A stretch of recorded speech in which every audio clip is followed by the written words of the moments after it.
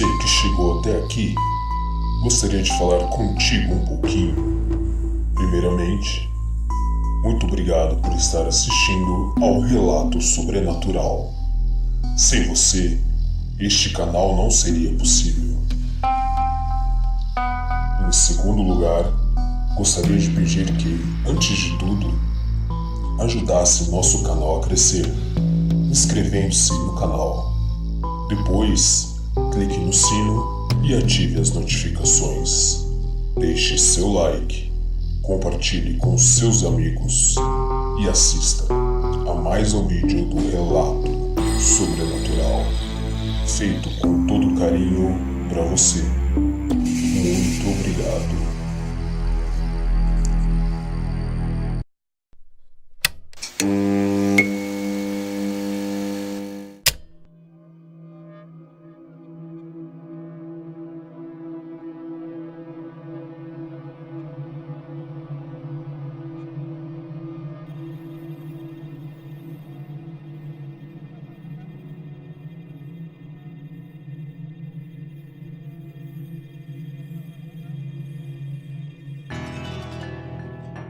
Boa noite, testemunhas do relato sobrenatural.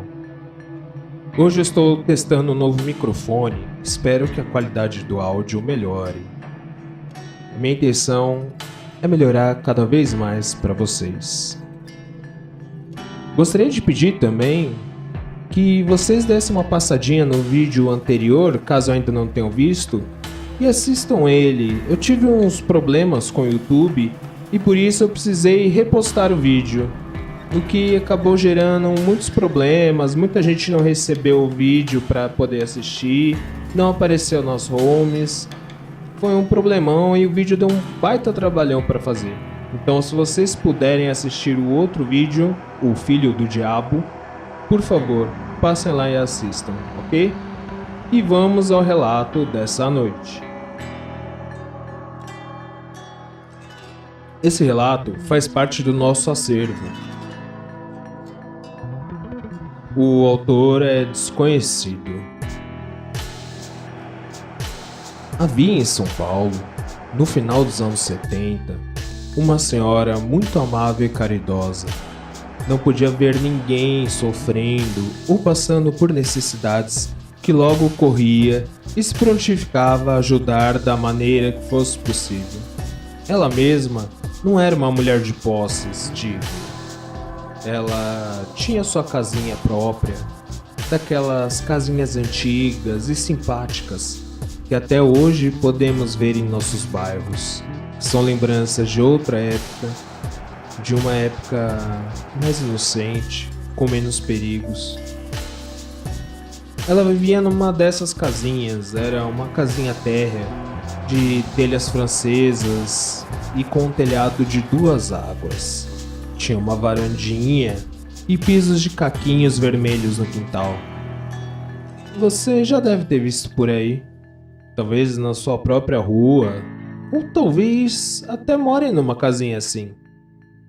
A casa havia sido construída décadas atrás com muito amor, suor e lágrimas, por ela e o marido. Mas, naquela época, ela vivia sozinha. O esposo já era falecido. O filho, um homem honesto, porém muito distante, vivendo noutra cidade com sua família, fazendo visitas raras. Mas o amor de mãe sempre fora muito forte. Certo dia, um homem maltrapilho, sujo, faminto, apareceu em sua porta. Pedia um prato de comida. Comovida, ela o convidou a entrar em casa. Lhe ofereceu algumas roupas limpas que ainda guardava do falecido esposo. Lhe deu uma bela refeição e ainda o convenceu a tomar um banho e se trocar. O homem, agora alimentado e limpo, agradeceu chorando pelo gesto bondoso daquela mulher. Ela preocupada, do jeito que era com os menos afortunados, lhe perguntou se tinham de dormir naquela noite. Constrangido, o homem lhe disse que não tinham de viver, que buscariam um lugar protegido embaixo de alguma ponte ou embaixo de algum alpendre para passar a noite. Mas aquela senhorinha não permitiria isso. Exigiu que ele ficasse lá e dormisse no quarto vago, outrora de seu filho. A princípio, o homem se recusou, achou que era incômodo demais, que seria um estorvo, mas ela insistiu. Nos dias de hoje, seria algo impensado, mas naquela época, talvez as pessoas tivessem menos medo. Ele dormiu naquela noite num quarto confortável, embaixo de cobertores quentinhos. No dia seguinte, após o café da manhã caprichado servido pela amável senhora, o homem partiu com lágrimas nos olhos, agradecendo muito a bondade daquela mulher. Ela pediu que, caso ele não tivesse onde dormir naquela noite, que retornasse. E foi isso que ele fez. Esse ritual se repetiu nas próximas semanas, até que um dia ele, muito animado, ao chegar à noite, disse-lhe que havia conseguido um emprego finalmente, ali numa loja, naquele mesmo bairro, que não precisaria mais incomodá-la e que com o tempo lhe pagaria tudo o que devia. A reação da senhora foi um misto de alegria e desapontamento. Ela disse: "Você já me pagou por tudo, por ser uma boa pessoa e por se esforçar e caminhar com as próprias pernas."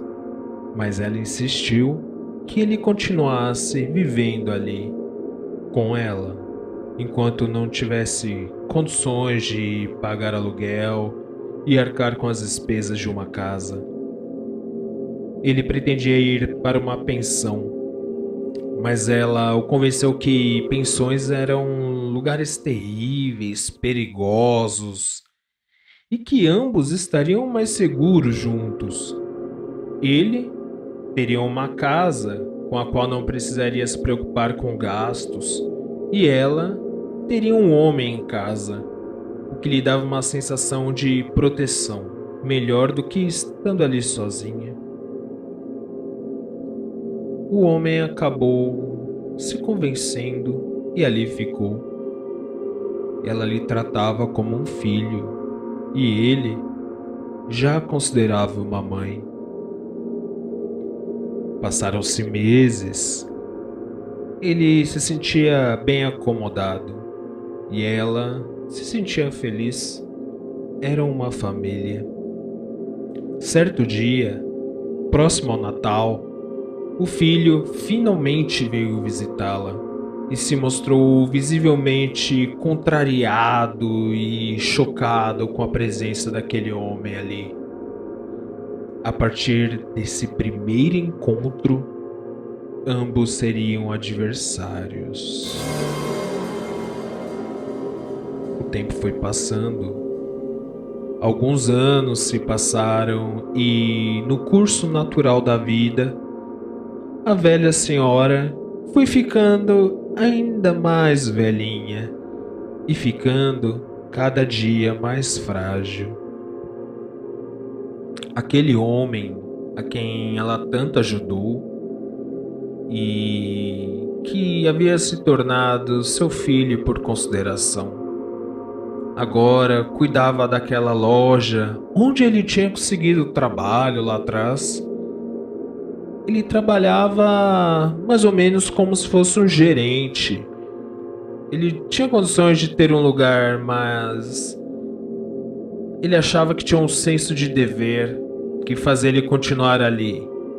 cuidando e protegendo aquela frágil mulher.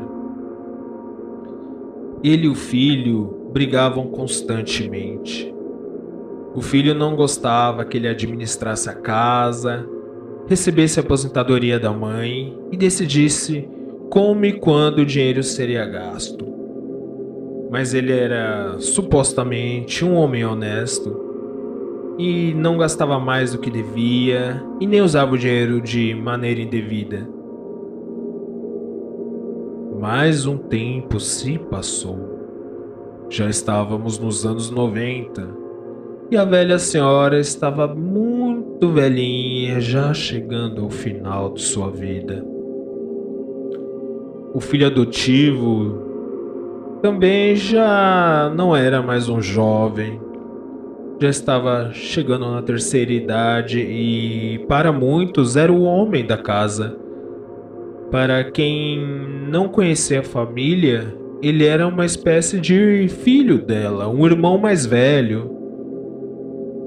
E o relacionamento desses irmãos sempre fora tenso. Mas, nos últimos tempos, parecia estar em trégua. O tempo não para. Certo dia, a senhoria sentiu-se muito mal. Desesperado, o filho adotivo a levou para o hospital, mas não tinha mais jeito. Era chegada a hora. Ele ligou para o seu, digamos assim, meio-irmão, que, abandonando sua viagem de carnaval, veio correndo para São Paulo, para junto dos filhos e da esposa, se despedir de sua mãe. O filho adotivo cuidou do enterro, fez um funeral muito bonito, cheio de gente que amava aquela mulher, entre parentes, amigos, vizinhos e outras pessoas, como aquele homem que, no momento de dificuldade, tiveram suas vidas mudadas pela alma boa da velha senhora. Alguns dias depois, os meios-irmãos se reuniram com o advogado da família. Era chegada a hora. O testamento seria lido. O filho adotivo ficou furioso. Ela havia deixado para ele suas economias e para seu filho legítimo a casa e tudo o que havia nela. O ódio começou a consumi-lo. Ele se dedicara por tantos e tantos e tantos anos por aquela senhora, chegando a lhe dar comida na boca. Nos últimos anos, ele a vestia, ele ajudava a tomar banho, até fraldas dela ele trocou. E no final, ela deixara-lhe apenas uns míseros trocados. E a casa na qual ele vivera com ela, a casa a qual ele chamava de lar, a casa onde ele vivera mais tempo que o filho legítimo. Aquela casa, ela tinha deixado para ele, aquele filho distante que visitava a mãe apenas por obrigação, que visitava a mãe apenas para evitar comentários maldosos, que, sabendo da saúde da mãe, tinha preparado uma viagem de carnaval para aquele traste, para ele que ela deixou a casa. Ele se sentiu traído e seu coração se encheu de ódio e ciúmes. Ele não era mais ele. Nesse momento, o filho legítimo aproveitou para botar tudo para fora do coração. Eles debateram, discutiram. Ele disse para aquele suposto irmão adotivo que agora, aproveitando o momento, queria pedir para que ele desaparecesse de sua vida, que pegasse o que a sua mãe lhe deixou e fosse embora, não desse mais as caras por lá. Eles não eram família, não eram amigos, e para ele, aquele cara, aquele mendigo, a qual a mãe também considerava um filho, não passava de um aproveitador. Ele espumou de ódio. Ele não acreditava no que estava acontecendo. Não era possível. Não. Esse testamento é uma farsa. Foi ele que forjou. Ele pegou o advogado de canto. Pobre do advogado, assustado, encurralado pelo homem que queria saber quem havia pago para ele forjar aquele testamento fajuto. O advogado, assustado, mostrou a assinatura, a data. Então, tudo fez sentido.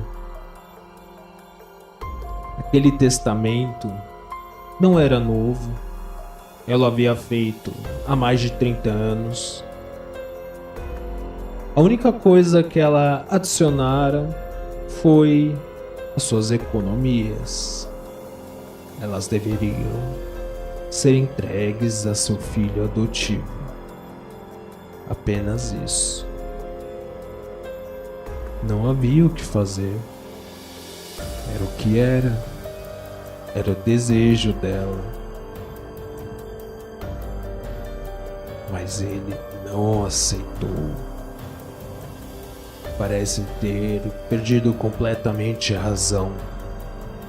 Gritou, revirou a mesa, berrou e disse que ia conseguir uma assinatura dela, que ela mudaria o testamento, que ela assinaria um documento lhe dando a casa. O filho riu e falou que ele fosse embora logo, levasse suas coisas.